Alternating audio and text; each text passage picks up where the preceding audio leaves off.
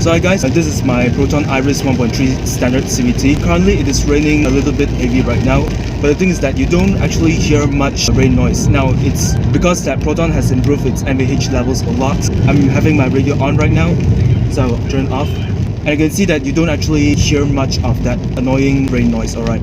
If I'm sitting in those older Iriz, the rain noise is going to burst your ears, going through some yellow stoppers, and the car just seems to soak up those impacts very well. This means that this car is relatively comfortable compared to the stiff riding Perodua Myvi. I don't feel like doing a car review right now because the seats of these Iriz is really comfortable, alright. Check this out, you get those semi-bucket designs, and even my mom is having a comfortable time driving this car. You can see that those blue and red color stripes, now those are similar to the Martini Racing trademark design. I think that this blue and red design goes very well with the interior, alright. Those Martini Racing stripes make the interior look a lot more interesting than before. So now the car is driving at 100 kilometers right now, and I don't actually feel the car being unstable. This is the magic of Proton's suspension, alright. The ride is good, it is comfortable, the stability is there, and when you take the car through corners, this car really inspires confidence, alright. Now Lotus handling is available since the Proton Waja, and before that the Mitsubishi models like the Perdana V6 and the Satria GTI also had Lotus handling already. This is one of the reasons of why I got my mom to buy the Proton Iriz instead of the Myvi or the Perodua Axia. The way that Japanese manufacturers build their suspension is just not as good as what Proton does. Of course, if you get cars like the Civic Type R, the Skyline GTR, those cars are going to give you good handling. But what about normal cars, Honda City, the Toyota Vios, or maybe the Nissan Almera? Now in USA it is called Nissan Versa, in case if any of you are watching from the USA. Those cars have okay suspensions only. The ride comfort is okay, but the stability is really off, alright? When you drive it, you just feel like you have bought something which is boring to drive. The way they take corners, the stability at speeds like 140, 160 is really poor. So that's the reason of why I got my mom to buy the Proton Iriz. Now the sound system is on the okay side, so I'll just shut up for a while to let you listen to the sound system.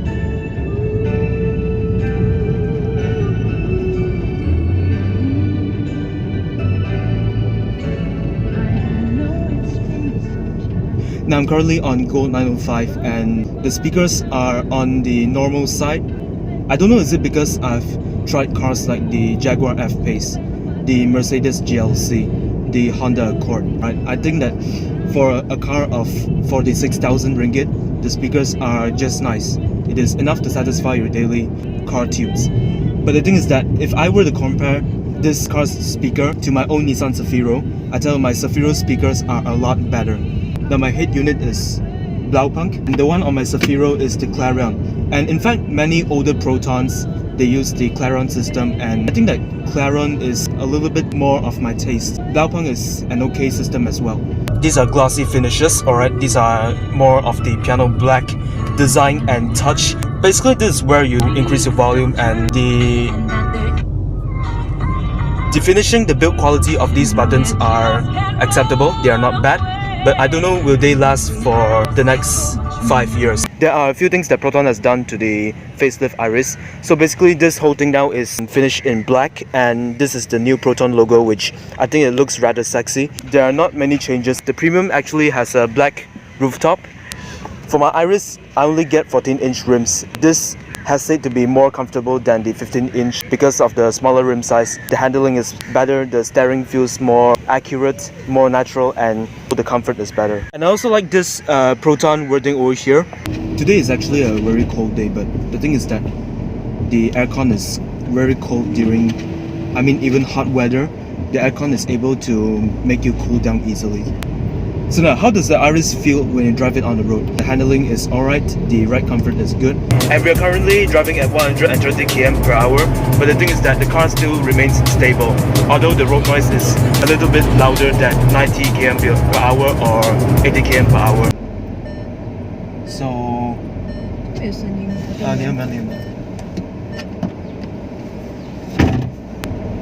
So this steering is really light, alright. I like the feeling of this steering. It is way lighter than my Zafiro's hydraulic steering.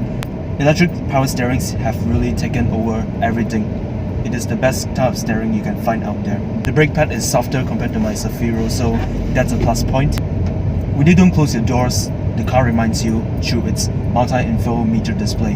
And of course, it gives you that safety belt reminder. It gives you the eco assist indicator. This car tells you everything: your service reminder, your trip, your fuel consumption, your average fuel, and also tells you your fuel range. I don't like the feel that when you step on the accelerator, you need to wait for at least 1 second for it to actually give you some throttle. I mean, it's just so unnatural, alright? If you like to drive manual cars, and I tell you something, this CVT Iriz will definitely remind you of how a manual car behaves. You step on the clutch, you step on a little bit of gas, and suddenly you just let go a bit of clutch. And so yeah, that's the feeling, alright? I stepped on the accelerator for 0.5 seconds and only the throttle was released. So you can give it some gas. Now, acceleration is really good for a 1.3. People will say that the Myvi are powerful.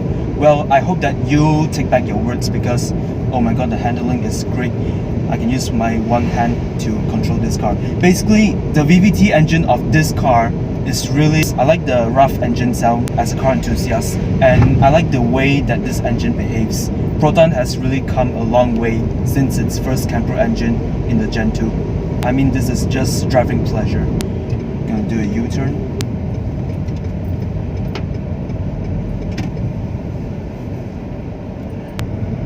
Now, I haven't tested the car behavior at low gear. I'm now driving in D, so I'm just gonna engage L and see how it behaves.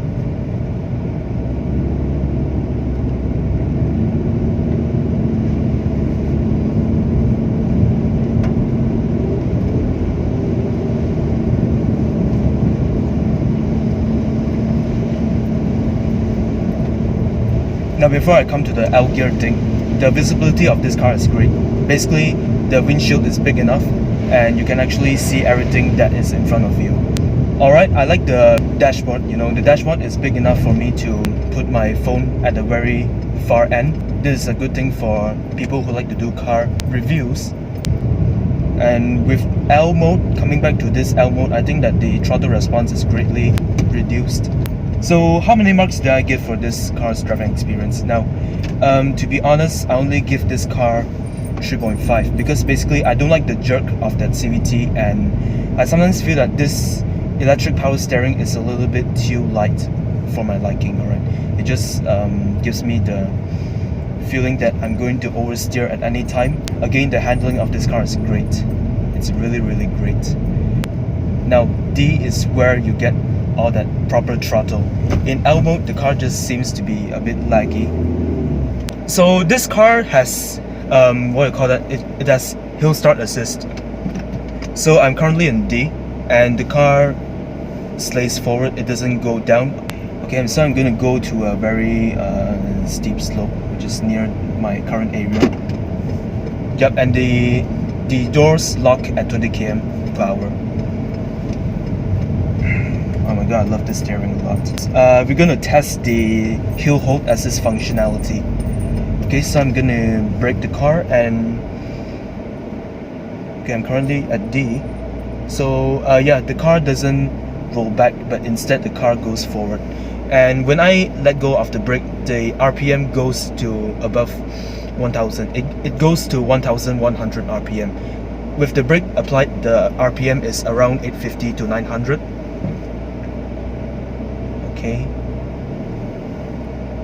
Okay, so it's when I suddenly apply the brakes that the car goes to 1100. And yeah, that's the thing. So when I let go of the throttle, the car actually brakes a little bit.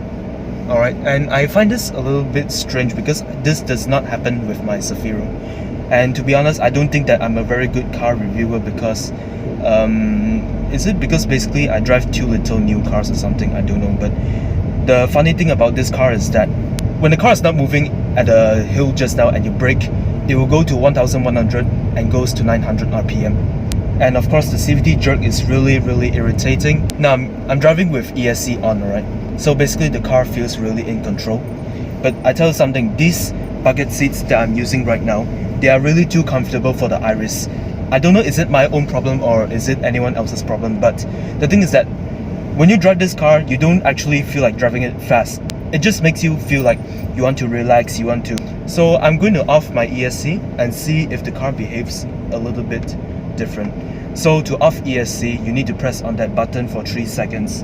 And I think that is a really good move from Proton, because you don't want your kids to accidentally press on that ESC button and cause you to, you know, to do some gymkhana or drifting unintentionally and end up you need to go to the hospital, you need to pay for your, I don't know, you need to pay money to repair your car. So basically I think that Proton has made it really smart for making people to press that button for 3 seconds in order for that functionality to be switched off. I mean the ESC to be switched off. This brake pad, you can step it all the way into it, and this really makes you know that, oh, when I brake the car, it's going to come to a safe point, it's going to stop safely, it's going to make my legs satisfied with it. Now this light is quite bright, alright, and it is really great if you do car reviews at night or during the evening, because it basically illuminates my face very well. Yeah, so when you slow the car to a speed of 5 km per hour, you know, the thing is that if you step on the accelerator again, the CVT will give you that sudden jerk. I don't know why. But this CVT 2 Plus is really quiet. I mean, it just makes me happy. And this window has auto down, but it doesn't have auto up. So I need to keep pulling my switch in order to close this window. It's basically because that Proton has deleted the auto window up, the automatic headlamps. So now I'm going to give it some high-speed tests, not a really high speed, but those average speeds, like maybe 60 or 80 or something.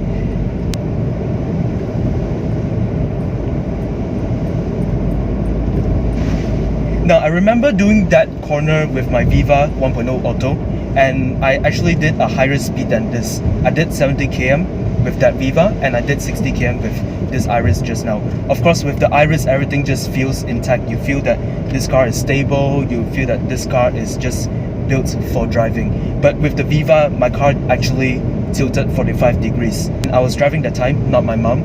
And when the Viva tilted 45 degrees, me and my mom kind of like peed in our pants. The car was just so unstable. You can feel that the car just makes you say, why did I buy a Perodua? I hate the driving experience. So this is the end of this review. So I hope that you guys subscribe to my channel, and please like this video, share this video as well, and I'll see you in my next video. Stay tuned. Bye.